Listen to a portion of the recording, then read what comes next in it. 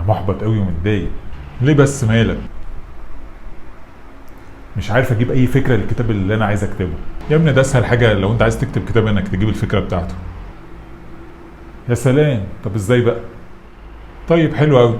انت عندك يعني مصادر لا نهائيه انك تجيب منها الفكره بتاعتك. انا هقول لك على يعني 3 مصادر بس ممكن تجيب منهم الفكره دي، وطبعا في حاجات تانية كتير غير كده.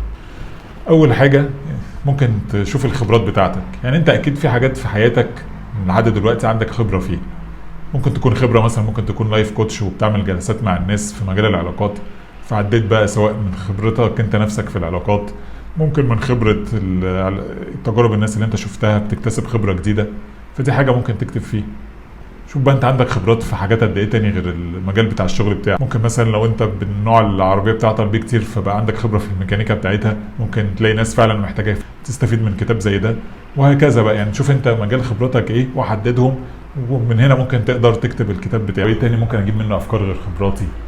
شوف الحاجات اللي انت عندك شغف بيها. عارف لما تكون حاجه انت شغوف بيها كده، حتى لو دلوقتي انت مش بتمارس الشغف ده، لكن ممكن لو انت قعدت مع نفسك كده تفتكر زمان بقى ايام قبل ما تنشغل في الدراسه والجامعه والكلام ده كله، كان في حاجات انت حاببها. ممكن كنت بتحب تلعب مثلا حاجات زي العاب جيمز او فيديو جيمز، ممكن تكون بتحب تشوف مسلسلات، بتحب تشوف افلام، بتحب تقرا روايات.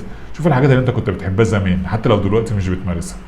الحاجات دي ممكن لما تعمل ريسيرش فيها وتعمل بحث فيها اكتر تطلع فكره كتاب تساعد بيه ناس كتير. طب ايه تاني ممكن اجيب منه افكار غير شغفي؟ وفي برضه مصدر تالت ممكن تكتب منه الافكار او تجيب منه الافكار بتاعتك، وهي معلوماتك.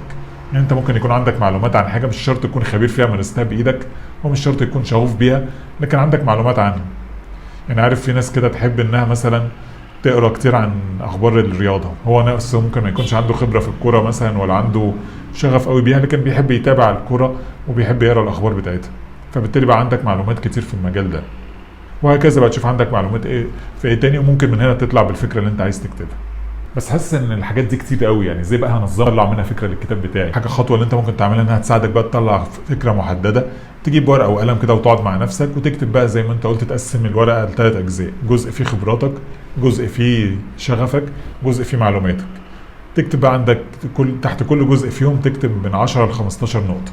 يعني تكتب من 10 ل 15 خبره عندك، من 10 ل 15 شغف عندك، ومن 10 ل 15 حاجه انت عندك معلومات فيها. وتعمل بقى مع نفسك عصف ذهني وتعمل بقى بحث فيهم، وبحيث ان انت في الاخر تصفي على 5 حاجات بس. من مثلا لو انت عملت في كل واحده فيهم 10، يبقى من ال 30 دول تصفي على 5 وتشوف افضل حاجات او افضل 5 افكار انت ممكن تكتب بيهم كتاب.